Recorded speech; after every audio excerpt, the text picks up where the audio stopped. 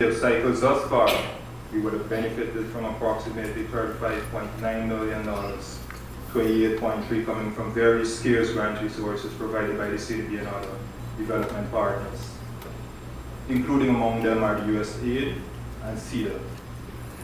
Today, under the 7th program, we stand to benefit from approximately $7 million, with $6.1 million coming via CDB resources. This grant agreement was officially signed on the 25th of February 2013, and today I'm happy to report that all the conditions precedent to first disbursement have been satisfied. Today's activity is just part of the 2-day session. In fact, I should say 3. One would have already completed yesterday. Aim to build consensus on common topics of interest. So, ladies and gentlemen, I encourage you to participate fully in the launch and the workshop sessions that are to come. In our midst is a very important gentleman. He's the 5th president of the Caribbean Development Bank. He was elected at the CDB Board of Governors meeting on the 29th of October 2010 and assumed office on the 1st of May 2011. At the time of his election, he was acting in the capacity of Vice President of Operations at the CDB. He first joined the bank in 1985. He served as CEO of LEAC after setting up some of their functions there. He returned to the bank in 1998.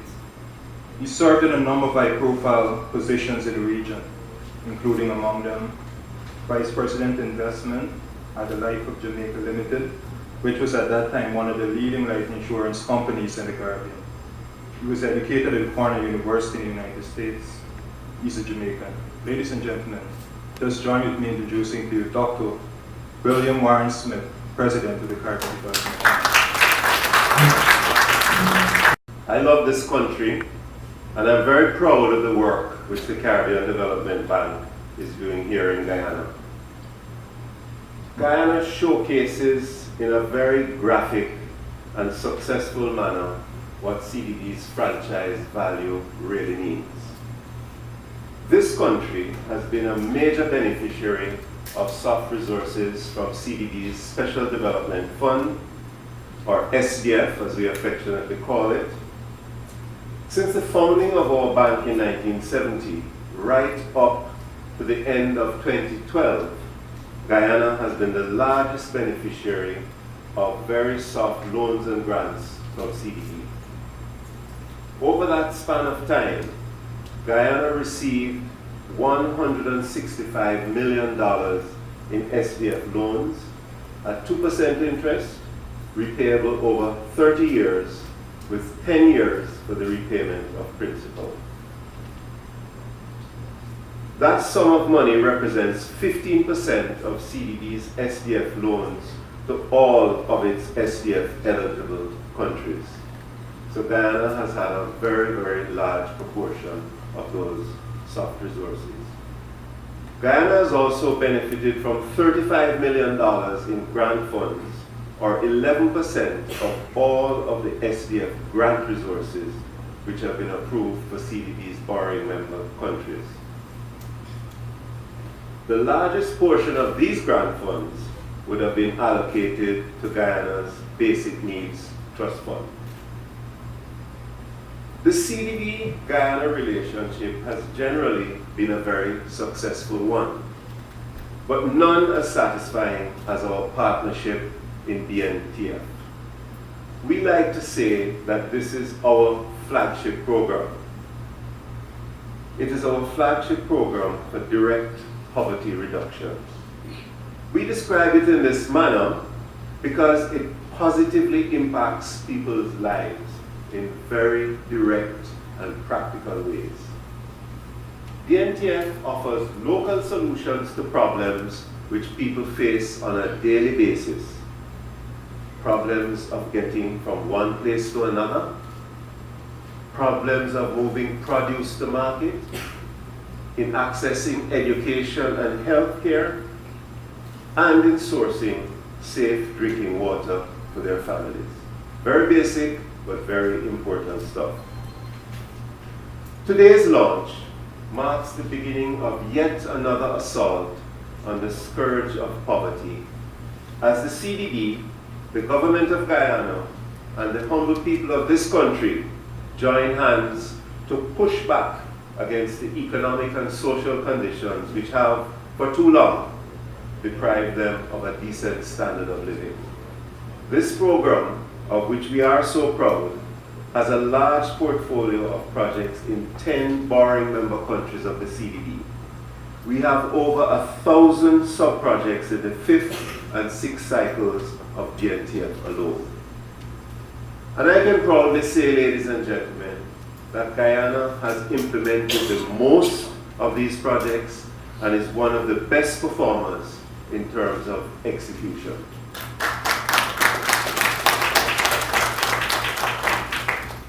I would like to take this opportunity to commend the Ministry of Finance, which administers the project through the local BNTF office, for a job well done.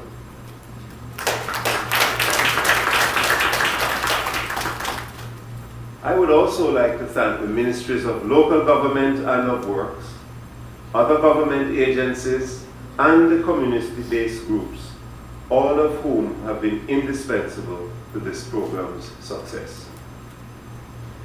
Guyana's allocation of funding from CDB under the 7th BNTF is $6.1 million US. Our partners, the government of the Republic of Guyana, is contributing $1 million in counterpart resources so that this cycle will have a total program size of $7.1 million. Guyana will receive 12% of CDB's BNTF 7 allocation of $51.7 million. In other words, your 7.1 represents 12% of the total BNTF allocation. This demonstrates once again the high priority which our institution places on helping this country to make great strides in social development, even as your economic performance leads the rest of the Caribbean. As I visit BNTF programs across the region, I never cease to be impressed that our people, through their creativity and through their hard work, are able to do so much with so little. There are so many heartwarming stories about how these programs have made a difference to people's lives. In preparation for this visit, I heard about a BNTF project to improve community roads in Queenstown in Region 2, Essequibo. These roads, from what I understand, are vital to farmers who cultivate the area's main crops, and to commuters and pedestrians in the area. Before the project, there were wooden roads. I didn't know that those types of roads existed. Many were not usable, adding to people's daily struggles. When the rains fell, the roads were difficult, often impassable to school children, to bike riders, and to older persons. Because of BNTF, the people of Queenstown now have roads made of concrete, more resilient, much safer, and making people's lives a little bit easier. Mr. Master of Ceremonies, it is stories like this one that bring a deep sense of satisfaction to those of us who labor in the vineyards of the development business. It is outcomes like this one which make me feel as if we are truly making a difference. Where will BNTF 7 funds be targeted to make a difference during this cycle? We are trying to align the capabilities of our staff and the lessons which we have learned from our work on other types of projects in other countries with the work which we do in BNTF. Unemployment is a problem in Guyana as it is in many other parts of our region. We have learned that human resource development is the most effective way to create opportunities, to increase employability, and to stem intergenerational poverty.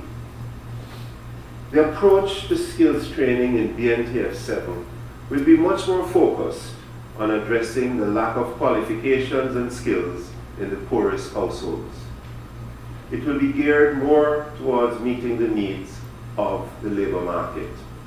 We will build on the work carried out in the previous cycles of BNTF to reduce the skills gap, empowering people not only to seek employment, but to develop their own businesses. A good example of this, Chairman, is the Information Technology Skills Training Program established by the Government of Guyana with the support of CDB. Through this initiative, communities across the country are being equipped with computer labs and staffed with instructors trained to teach people of all ages and educational backgrounds how to use the computer. BNTF will also be following other programs of the bank in according high priority to citizen security in order to make people feel more secure in their communities and to make the environment more attractive for new investment.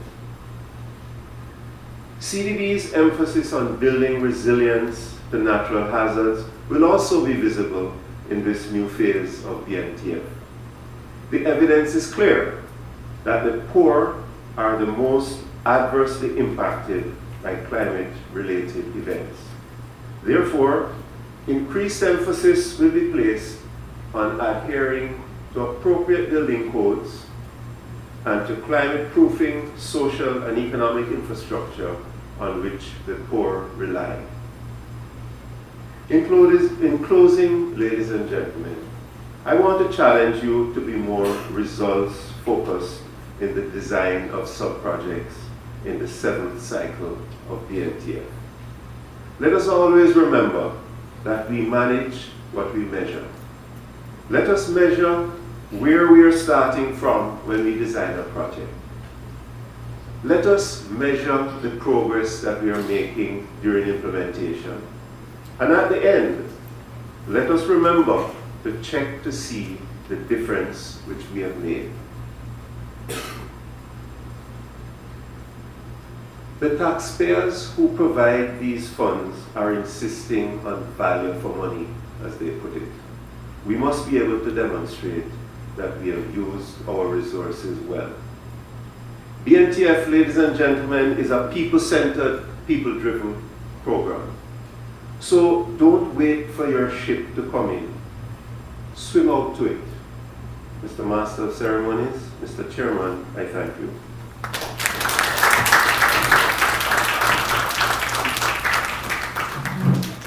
Thank you very much, Mr. Smith.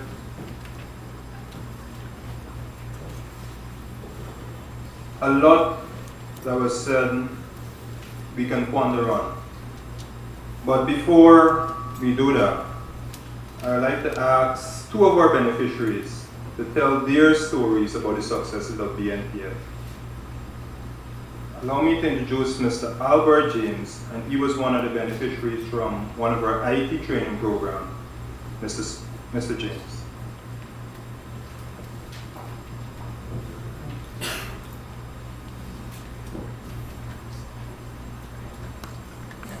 And I don't want to forget the media, so I will include the media.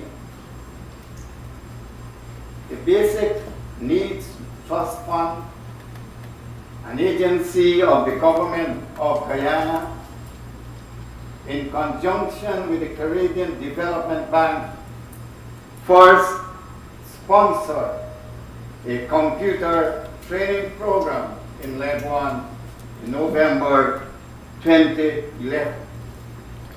The first batch comprised of 20 students.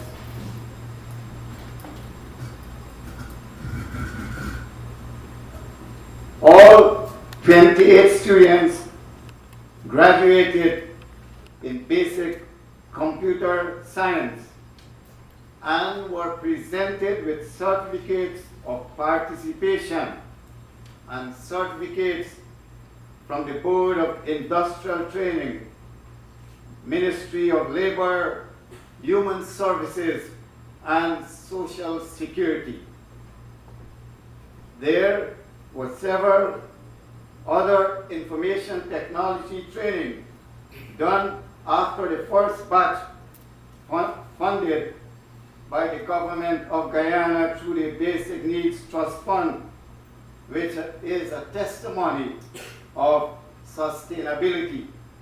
So far, 130 students graduated from this program.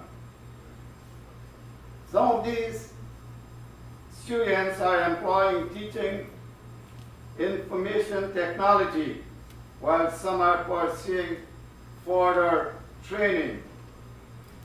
The people in Leguan are very happy that this program let me speak on my story, which is a success story. I passed through several learning institutions and attained knowledge at different levels. Yet I was not computer literate. I thought that it was not necessary. I used to pay to prepare my documents, and this was very expensive. In addition to this, when people were talking about computers, I could not join in. I felt ashamed of myself. When I heard that computer education was coming to Leguan, I grasped the opportunity and enrolled. I was still reluctant because I was told that I was the oldest student. I did not want to go, but my daughter said to me, "Dad, don't make yourself into a fool." I go back that, "Dad, don't make yourself into a fool. You need to be computer literate in this technological world." So she told me that she too will attend to encourage her dad. When I started, I wanted to quit, but the younger students encouraged me. I was even afraid to touch the mouse. I thought it was a rat.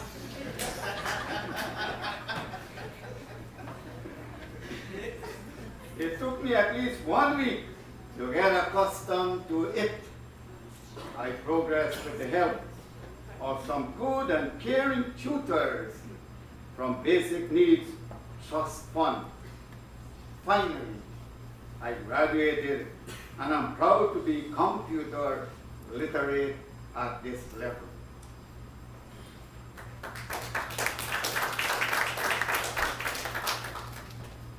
I then purchased a computer and a printer and opened a small business. I now prepare all my documents and charge a minimal fee to customers to prepare documents. I'm also engaged in teaching basic computer science to families on a voluntary basis. This is done on a house-to-house basis, 3 times weekly in the afternoon. I can access information from the internet. Educationally, I am better equipped to face this emerging technological world. I'm not ashamed of myself any longer. Knowledge is never too much. See, knowledge from the cradle to the grave, our grandparents always say. My sincere thanks to the government of Guyana, the Caribbean Development Bank, and the Basic Needs Trust Fund. Once again, thank you, and may the good Lord bless and keep you.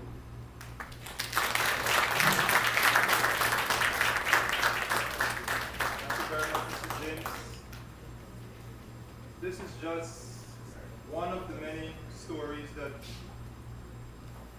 would have demonstrated the vast progress that would have been made over the several years of the NTF intervention in Guyana. You see, Mr. President, these are the tangibles that you and your officers would fight for at the at the level of CDB so that resources can be channeled to Guyana. We want to encourage the CDB office to continue to see that these CARES grant resources are allocated to Guyana so that we will have many more of these stories to come.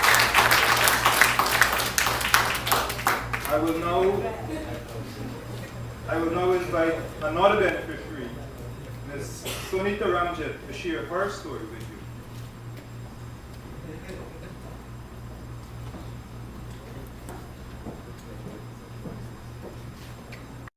Through the Basic Need Trust Fund, constructed the Bath Nursery School, Region 5, with funding from the Caribbean Development Bank and the Government of Guyana in February 2000. Prior to Basic Needs Trust Fund intervention, the Bath Nursery School was housed in the same building with the Bath Primary School.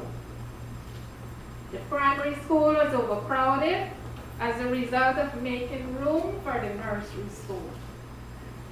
The nursery student population was growing and there was a need for additional space, better ventilation, and sanitary facilities.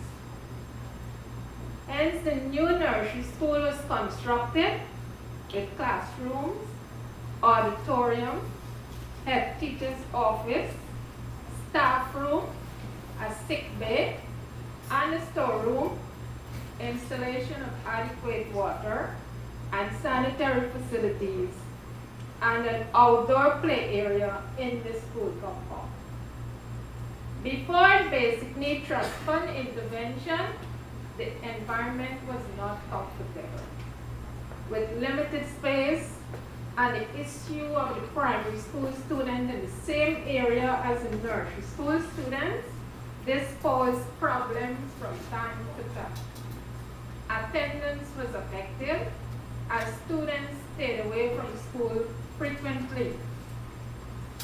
The new nursery school brought a breath of fresh air and renewed enthusiasm.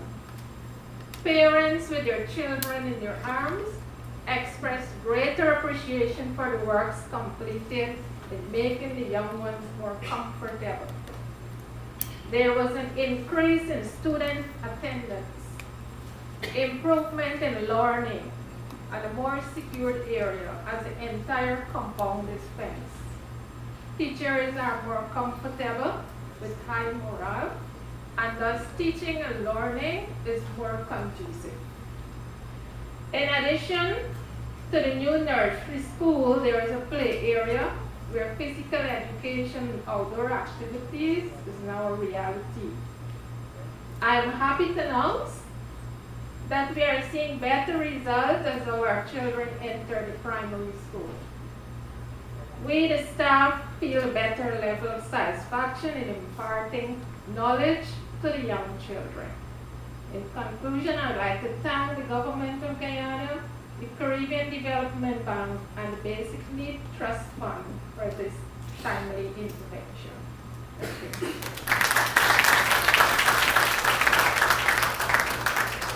Thank you very much, Ms. Ramjet. And these stories, you would hear them as you traverse the country, wherever any BNTF intervention was done. Whether it was a water project that drilled a new well, whether it was the construction of a health center, construction of an hospital, whether it was a farm-to-market road or a basic community access road, these stories are replicated throughout the country. So these are only two of the thousands of stories that you would have heard about BNTF interventions. Ladies and gentlemen, I have the pleasure to introduce my Minister of Finance, who was first appointed as Minister of Finance in the Government of Guyana on September 9, 2006. He was reappointed on December 5, 2011. Prior to his appointment, Dr. Singh served in a number of capacities. Among them includes the Director of Budget in the Office of the Budget, Ministry of Finance, the Deputy Auditor General in the Office of the Auditor General. He also served as Chairman of the Board of Governors of the Guyana Revenue Authority. And he served in a number He served on a number of other boards in senior corporations in the country. Dr. Singh, in the capacity of Minister of Finance, concurrently represented Guyana in a number of board of governors, including among them the IMF, the World Bank, the IDB, and the CDB.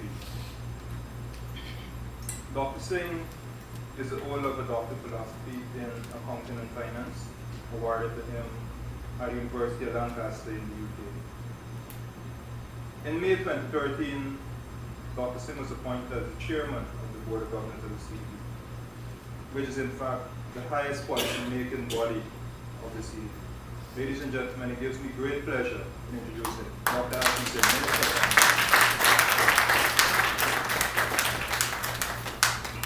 Finance. Thank you very much, Bernard, for delivering that long-form version of my introduction.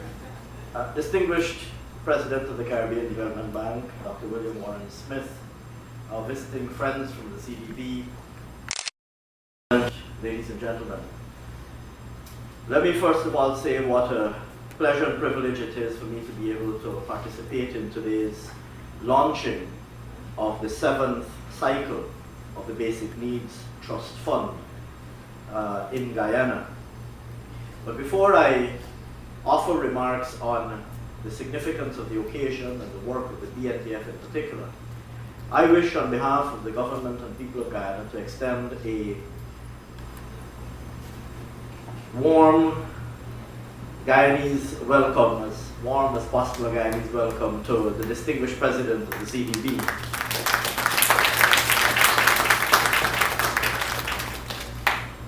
The Caribbean Development Bank has occupied an extremely special place in our region's landscape since its founding. And over the years, it has been led by distinguished and outstanding regionalists, each of whom in their own unique way has left their distinguishing mark and contribution to the Caribbean. Warren, you are, of course, the latest in this not so long line of distinguished regionalists. And I would say that even in the short space of the first 2 years of your presidency, you have already made an indelible contribution to the region and an indelible mark on the bank and on the region. You said in your first few sentences, in the first few sentences of your remarks, that Guyana occupies a special place in your, Guyana is special to you. I often highlight the fact that Guyana was the first country that you visited after assuming the presidency, mere days, in fact, after you assumed the presidency. And I would not like to think that this was mere fortuitous coincidence. I believe that you were impatiently awaiting your ascension to the presidency so that you can visit Guyana. And I'm yet to be disputed in this assumption. But I will say that we consider ourselves privileged that you made the time on that occasion to come to Guyana, and we consider ourselves privileged that you have made the time again to be here. The institution that you head, like I said, has earned its place in Caribbean history and has certainly made its mark and delivered an extremely valuable contribution. This is evident in no place more than in Guyana, where the Caribbean Development Bank has done truly outstanding work, and as I have said and never get tired of saying, has proven its worth as a reliable and responsive development partner. I can think of a number of examples of projects that have been supported by the CDB that have literally changed lives in Guyana. Some, indeed, if I were to reflect on those that are in current execution, lend themselves quite easily to this description. I think, for example, the West Coast Demerara Road, which you alluded to in a speech that you gave elsewhere this morning, one of our major highways linking large farming communities and farming areas to major urban areas and semi-urban areas. A major highway by any stretch of the imagination, by any standard, running from Parika in the west, which is on the Essequibo River, to Vredenhoek on the east, which is on the Demerara River, two of our three big rivers. This project will make a phenomenal difference make a phenomenal contribution to the quality of transport infrastructure, ease of access, the cost of doing business, and indeed convenience and quality of life to tens of thousands of persons who live in that area or who traverse through that area for business or other purposes. I think of the Community Roads Improvement Project, a project that is in its advanced stages of implementation. A project that has seen community roads upgraded in, I believe, 12 communities throughout the coast of Guyana. I've had myself the privilege of visiting some of these communities and hearing residents speak of the difference that these roads have made to the ease with which their children are able to walk to school, the ease with which goods are able to come in to be delivered to shops, the ease with which people are able to go to work, the ease with which they are able to live in their community.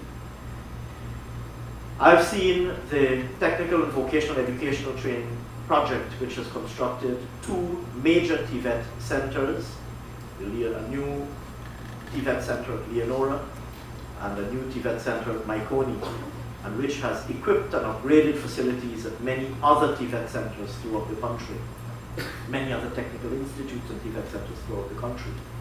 Literally hundreds of students attend classes at these TVET centers and are attending classes at these TVET centers as we speak, acquiring skills that will prepare them for the world of work. And oftentimes the import, the significance of these interventions are not fully grasped, because indeed the creation of an additional TVET space, the creation of an additional space for one TVET student, of course, is a life-changing opportunity for that student. But taken in the aggregate, the fact that we are preparing hundreds in individual cohorts, thousands if you take a number of cohorts together, the fact that we're preparing thousands of young and not so young Guyanese people for the world of work not only changes their lives, but also supplies an extremely important pool of skills to the business community of Guyana, a pool of skills that would not otherwise be available, or that the business community would otherwise have to incur the cost of training themselves. And so in constructing a TVET center that will train several hundreds of persons every year, we are not only changing the lives of those, let us say you had a cohort of 300 persons, you're not only changing the lives of those 300 persons, but you're also putting 300 persons into the world of work. They will bring their skills into the business community, reducing the cost of doing business, improving competitiveness and efficiency and productivity, not only in the entity in which they work, but ultimately in the aggregate in the Guyanese economy as a whole, contributing to competitiveness, production, productivity, accelerated growth and prosperity and well-being for the people of Guyana. And that's a nexus, or a series of linkages that sometimes is not evident, but is a point that I really believe needs to be emphasized.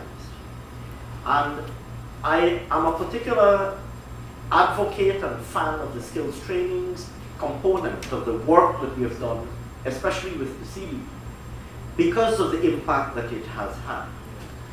I speak with the private sector. I have regular engagements with the private sector. They say to me they have a huge demand for skilled labor, people with skills to come in to work in their business enterprises, whether it's manufacturing, whether it's IT services, or whatever, or tourism. And on the other hand, you have, of course, young people who you want to prepare for the world of work. And matching this need, the quest by our young people to find productive and constructive work, and rewarding work on the one hand, and meeting the need in the business community for skills, for trained workers and efficient workers. Matching those two, I believe, matching those two is a responsibility that we take very seriously in government, and is a need that has been met, not least by a number of programs that we've implemented by the CDB, including the TVET program. We have, of course, a number of other programs that serve the same need too, training programs delivered through the Board of Industrial Training, the various youth empowerment and skills training programs that we have. But I will say this, President, I will say that the CDB has made a very significant contribution in that area, in expanding infrastructure for technical and vocational training, in increasing our capacity for training, and in delivering training and training programs to the young people of Guyana. This leads me, of course, to the BNTF in particular, the Basic Needs Trust Fund in particular. We have, as the President pointed out, been the largest beneficiary of the BNTF over the years. And I am pleased that the organizers of today's event had the foresight to invite two of the beneficiaries, one from the skills training program, and we had two excellent presentations. I want to commend Mr. James for his story. I'm glad that he's now joined the world of IT literacy, and you know, he's obviously a very good raconteur and storyteller too. I think when he gets tired of the IT, there's a future for him in storytelling, but it was a very compelling story. And to the headmistress of Bath Primary School, I want to thank you too, Ms. Ranjit, for those two very compelling stories. I really wish that we could have told more of these stories. And I hope that at some point in time we can capture them and document them. Because you hear them wherever you go. And I have attended, like I said, I've had the privilege of visiting many of the communities where many of the roads have been constructed. I've visited places where many of the health centers have been built and schools have been built. And you hear these stories, but sometimes we don't document them as well as we should. And I will say, if you take, for example, the IT training center, I was glad that the president of the bank, I was glad that you highlighted the IT training program. I saw the back of the program, in fact, two photographs from IT training centers. The Port Morant IT skills training graduation, which I believe I attended, and the Lethem IT skills training, which I did not attend. I went just about 3 weeks ago, I believe, to Buxton, where I attended for the second time a BNTF IT training program. And like I was saying, President, I was happy that you highlighted that one, because I will pause for a minute to speak about how, not only how that program, but I wouldn't speak about how that program has changed lives, because Mr. James has already spoken of his example, but how that program is situated within the context of a broader national policy agenda, and how much it has contributed to the achievement of the objectives of that agenda. We recognize that ICT presents an important opportunity for growth in Guyana. 10 years ago, we had no IT sector. ICT was not a direct employer in its own right. And we, notwithstanding our recognition that Guyana had, of course, a number of unique advantages, being on the same time zone with the east coast of North America, with an English-speaking population, much like the rest of the Caribbean, of course, with an English-speaking population, well-educated population, easily trainable population, etc. And so for many of those reasons, Guyana, we recognized that Guyana was in a unique position to capitalize on these advantages and develop an ICT industry. I'm happy to say that within the space of 5 to 8 years, we have moved from a position where no Guyanese persons were employed in ICT to a position where today 3,000 persons are employed in ICT, directly in ICT, in business process outsourcing enterprises, typically call centers.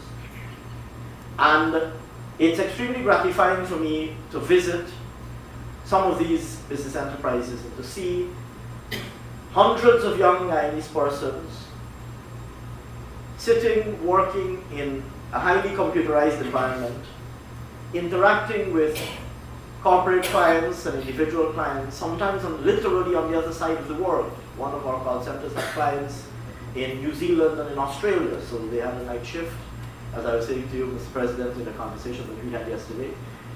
So they had a day shift and a night shift, and you had clients providing real-time, you had customer agents working in the call center, providing real-time services to clients in New Zealand and in Australia. And these are 3,000 jobs that would not have existed if we hadn't taken the policy position to promote this sector as aggressively as we did. Today, the sector has the potential to create several thousands more jobs. They've said, in fact, that they could create in the near term another 5,000 jobs, in the medium term another 50,000 jobs or more. And we have therefore placed the development of this sector as a high priority, and we're taking a number of related policy initiatives, some of which I will mention now, including liberalization of the telecommunications sector to ensure the most affordable possible access to bandwidth, so an appropriate legislative framework and promoting competition in the supply of critical inputs to the sector. Increased access to information technology, including through the construction of government infrastructure for the delivery of e-government services.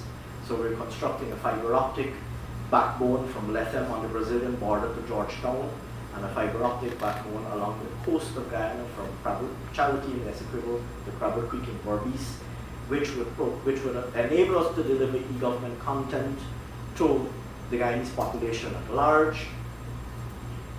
Access to ICT training by construction of ICT labs. We have set ourselves an aim to construct ICT labs in every secondary school in Guyana, and we have completed several of those labs already, and they're functional. Development of ICT training capabilities in other institutions outside of the formal school system, including many that have been supported by the CDB, and in particular under the BNTF. And access to ICT for the most vulnerable families to bridge what we've called the domestic digital divide, arguing that the advantages of ICT must not be available only to those who can afford, like Mr. James now can afford a computer in his own home, but even the most vulnerable families must be able to have access to IT in their home. And so we have a 1 laptop per family program that has set as its aim the distribution of 90,000 laptops to the most vulnerable families of Guyana to ensure that every home in Guyana has access to ICT. So not only will the fiber optic backbone be there to deliver content, but the hardware will be in the homes, including the most vulnerable of homes of Guyana. So children in every home in Guyana will be able to access the advantages of ICT, and there will be no digital divide domestically. The access to ICT, the opportunities that arise therefrom, the advantages that arise therefrom, must not be denied any Guyanese citizen, and in particular any Guyanese child.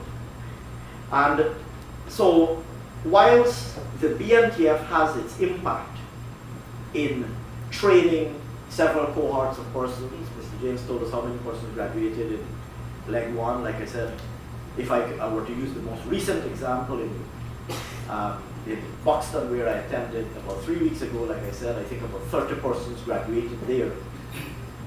And they're all now either in the world of work or will soon be entering the world of work. That is a phenomenal contribution that the BNTF is making, but I make the point that that intervention, though perhaps viewed from a standalone perspective, might look as a modest intervention, is in fact an extremely important part of a more and is inextricably aligned with a more comprehensive policy agenda as it relates to promotion of ICT as a major center of growth and as a major driver of economic growth in Guyana. Its worth in Guyana through its main windows, that is to say its main lending products, its lending operations, and I mentioned some of the big projects. But the CDB has also proven its worth through the Basic Needs Trust Fund, and in particular as it relates to targeting the most vulnerable communities and addressing the most critical needs. The progress that we've made in Guyana, you alluded, Mr. President, earlier this morning at another event to the uninterrupted growth, real economic growth, positive real economic growth, uninterrupted since 2006. The progress that we've made in achieving so many of the Millennium Development Goal targets, the progress that we would like to make going forward in achieving the MDGs by 2015, and the economic and social development goals that we have set ourselves can only be achieved with the support of development partners like yourselves. And I wish, on behalf of the President of Guyana, on behalf of the government and people of Guyana, to place on record our appreciation of the outstanding contribution that has been made by the CDB to Guyana thus far, and to say to you that we look forward to continued support as we partner in the cause of developing Guyana and indeed developing the Caribbean more widely. Thank you very much, Mr. President. And now, I believe if I went back to my seat without officially launching, I'm not sure if I'm expected to officially launch, but if an official launch is required of me, I wish to join with the President of the CDB in officially launching the 7th cycle of the Basic Needs Trust Fund in Guyana. Thank you very much.